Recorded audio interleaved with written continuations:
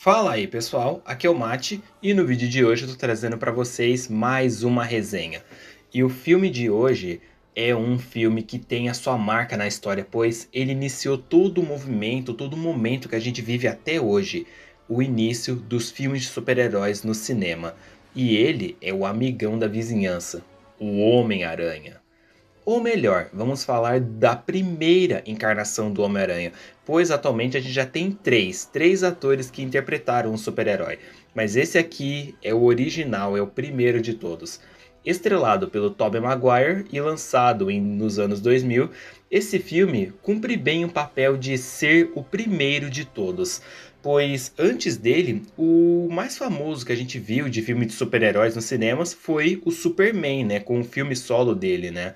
Que foi um baita de um sucesso, sim, mas esse aqui abriu as portas para não só explorarem mais super-heróis, como no futuro a Marvel criaria o seu universo cinematográfico, né? Depois, é claro, da tentativa da Fox de fazer os X-Men, a Marvel tentaria a sua também, né? E faria de uma forma primorosa tudo aquilo que a gente conhece no cinema de super-heróis até hoje. O filme aqui, ele mistura um pouquinho de origem do super-herói com o primeiro confronto, a primeira missão dele, né? Onde a gente conhece a clássica origem do Homem-Aranha, onde o Peter Parker, um nerd que sofre bullying na escola, durante uma viagem para um laboratório, acaba sendo mordido por uma aranha geneticamente modificada que concede a ele superpoderes. E inicialmente ele tenta usar esses poderes para ganhar um dinheiro, né? Atuando como lutador de luta livre, o famoso aranha humana, não é? Mas depois ele acaba cometendo um erro que custa caro. Ele deixa um bandido fugir e esse bandido termina por assassinar o tio Ben. A partir daí, ele começa a usar os seus poderes com mais cuidado e mais cautela, sempre visando proteger os inocentes e proteger a cidade de Nova York, levando consigo as últimas palavras do seu tio Ben. Com grandes poderes, vem grandes responsabilidades. Esse que se tornou o core e o mantra do super-herói até os dias de hoje. E eu devo dizer que esse filme apresenta muito bem essa origem, né? E também traz já o seu primeiro supervilão e o maior de todos os inimigos do Homem-Aranha, o Duende Verde, ou melhor, Norman Osborn, pai do seu melhor amigo Harry Osborn, o que só dificulta ainda mais a vida do super-herói, não é? O pai do seu melhor amigo é o seu principal supervilão. E em meio a tudo isso, esse filme, ele faz muito bem tudo que ele se propõe. Apresenta o Homem-Aranha para quem não conhece, para quem já conhece, já pode pular metade do filme, pois metade dele é essa origem. E também ele mostra os primeiros dias do Peter como super-herói, mostrando ele se adaptando aos seus poderes, criando o seu uniforme, né?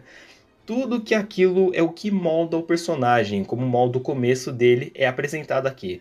Tanto para quem conhece e para quem não conhece principalmente, né? É algo muito bem acertado aqui. E o confronto dele com o Duende Verde não só é icônico, pois o Duende Verde é um dos maiores e um dos piores vilões, pois ele adora atormentar o Peter de todas as formas, né? E também aqui, pois ele traduziu bem aquilo que a gente já tinha visto, principalmente nos desenhos, né? Uma luta de super-herói contra o super-vilão, né? Como esse confronto aí, né? Onde o herói tenta fazer de tudo para acabar com o vilão e o vilão faz o mesmo, só que o vilão é pior, ele joga sujo, né? Ele joga com o emocional, joga com o psicológico para destruir o super-herói, né? Que é o que o Duende faz no filme, raptando uma pessoa que o Peter gosta e forçando ele a escolher, a fazer uma escolha sádica, como ele diz, né? A pessoa que você ama ou salvar os inocentes? Você que escolha, né? Isso é o que faz de um vilão um bom vilão, né? Essa mania de torturar psicologicamente o protagonista, né? Fazer ele quebrar na sua convicção, né? E eventualmente acabar com a confiança dele, né? Nisso tudo, o Duende Verde acerta e acerta muito bem aqui. E a origem dele, eu não sei se é de fato essa origem ou se ela foi modificada também, né? Mas o fato do Norman ter sido um cara que foi deixado de fora, boicotado pelos próprios colegas da empresa e depois usar ali a tecnologia que ele desenvolveu para se vingar, é um plot típico de vilão que sofre um baque e usa tudo que sabe pra se vingar depois, pra dar o troco em quem machucou ele, né? E nesse meio caminho, é claro, ele vai trombar com o Homem-Aranha, que não aceita nem um pouco isso, né? O Duende fazer esse monte de maluquice, né? Saindo do núcleo principal, os outros personagens aqui estão muito idênticos a outras versões deles, seja em desenhos animados e até das HQs, né? Onde, por exemplo, a Tia May faz muito bem o papel de ser a âncora segura para o Peter, né? Onde é a pessoa que acolhe, dá conselho para o seu sobrinho, né? Afinal, ela é a única da família que sobrou ali para cuidar dele, né? Ou melhor, cuidar entre aspas, pois a gente vê que o Peter é que a partir daqui vai ter que ralar muito para poder cuidar da casa, para cuidar da tia May, porque ela já é idosa, né? Então ela não pode fazer muita coisa. Mas o papel de ser o porto seguro do Peter tá garantido aqui. O Harry Osborn, aqui no primeiro filme eu sinto que foi uma introdução aqui, né? Já apresentando o Harry, a personalidade dele, né? Preparando para o que a gente viria, né? Pois essa relação vai ser melhor explorada no 2 e no terceiro filme que viriam depois, né? E é claro, não pode faltar o par romântico do nosso herói, que aqui é a Mary Jane Watson, uma das namoradas mais famosas do Peter, né? Que inclusive já foi até esposa. Por um período eles já foram casados nos quadrinhos também, né? Um dos eventos mais icônicos que já aconteceu na história do Homem-Aranha, né? E aqui eu devo dizer que eles estão muito no início ainda dessa relação, né? Onde o Peter, claro, é apaixonado pela Mary Jane, só que a Mary Jane ainda não corresponde exatamente esse sentimento pelo Peter, né? E o Peter nunca chegou pra falar, então não tem como ela adivinhar que ele gosta dela, né? E ao longo dessa trilogia eles vão desenvolver melhor o relacionamento dos dois, viu? Mas devo dizer que aqui também foi uma boa introdução a Mary Jane, né? Apresentando ela como alguém que o Peter adora e também alguém que, pelo fato do Peter ser um super-herói, vai estar na mira dos vilões, né? Que inclusive é algo que é curioso, né? Que sempre também é típico nesse filme de super-heróis, né? Onde o interesse amoroso do herói, mesmo que não saiba da identidade secreta dele, vira um alvo dos vilões. Os vilões, de alguma forma, descobrem quem é essa pessoa especial e usam ela como um trunfo para chegar perto do super-herói ou para machucar ele de algum jeito, né? Algo que aqui também está presente na figura da Mary Jane. E sabe, uma curiosidade bem legal dessa versão do Homem-Aranha é que, se você, assim como eu, assistiu primeiro esse filme e depois foi conhecer mais o personagem, você notou que o Peter ele atira a teia diretamente pelos pulsos, né? Como uma aranha de verdade mesmo, né? Aí por muito tempo eu achei que esse fosse o certo, né?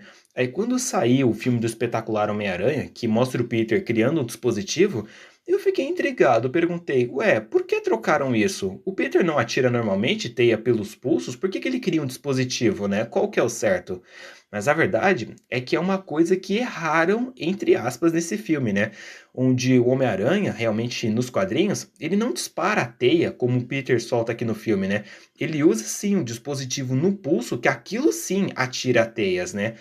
E esse detalhe dele usar a teia orgânica, né, como é chamada, né, é algo que foi decidido porque os diretores acharam que seria nada a ver um adolescente criar uma tecnologia avançada como um disparador que atira uma teia mega resistente, mais forte do que uma teia de aranha, né? Algo assim, né? A gente tá falando de um universo de fantasia, então querer ser muito realista não faz muito sentido, né?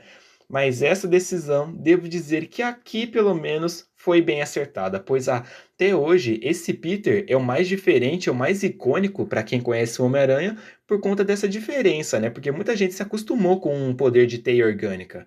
E depois, outros personagens que viriam depois também têm essa referência de usar teia orgânica, né? Como a famosa Teia de Seda, que é uma personagem mulher baseada no Homem-Aranha que veio depois nos quadrinhos, que provavelmente foi inspirada no Peter aqui do Tobey Maguire por ter teia orgânica, né?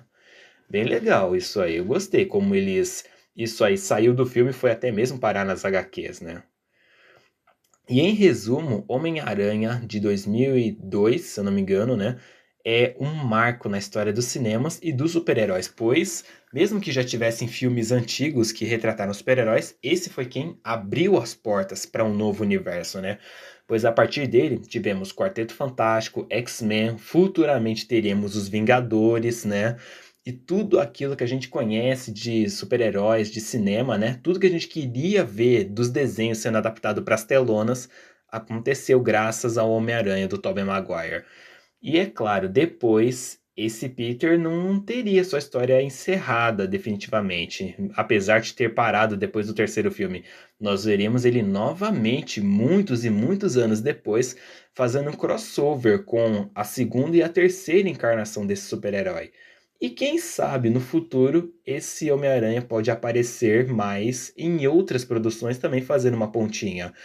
Afinal, mesmo que tenham várias versões diferentes, agora existe o multiverso nos cinemas, né? Então, esse Peter é uma versão alternativa simplesmente. Ele pode aparecer de novo, né? E falando em multiverso, essa ideia funcionou muito bem graças ao multiverso, pois esse Homem-Aranha poderia ficar muito bem marcado como o que aconteceria se o Homem-Aranha surgisse nos anos 2000, né? Já que todo esse filme é ambientado nos anos 2000, deu uma cara muito diferente, uma roupagem diferente, né? Sem ser aquela coisa muito parecida com a atualidade, né, que a gente veria nos filmes mais pra frente, sem ser aquela coisa muito antiga, muito datada, né, de ficar muito próximo de quando o Homem-Aranha surgiu, né? Eu gostei que ficou ali no meio caminho, né? Meio que conversou entre o antigo e o novo. Eu gostei muito disso, viu?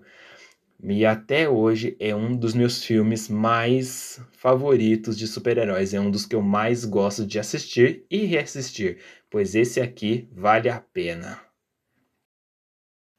Bem, essa foi a minha opinião. Se você tem uma opinião diferente, deixa aqui nos comentários. Aproveita e me diz aí, qual é a sua versão favorita do Homem-Aranha? Escreve pra mim aqui. Se gostou, clica no gostei, se inscreve no meu canal, marca o sininho para ficar por dentro de novos vídeos e compartilha esse conteúdo para quem gosta de Homem-Aranha e quem gosta de Marvel. Vamos trazer mais pessoas para conhecer o meu trabalho. Bem, muito obrigado quem me assistiu até aqui e até mais!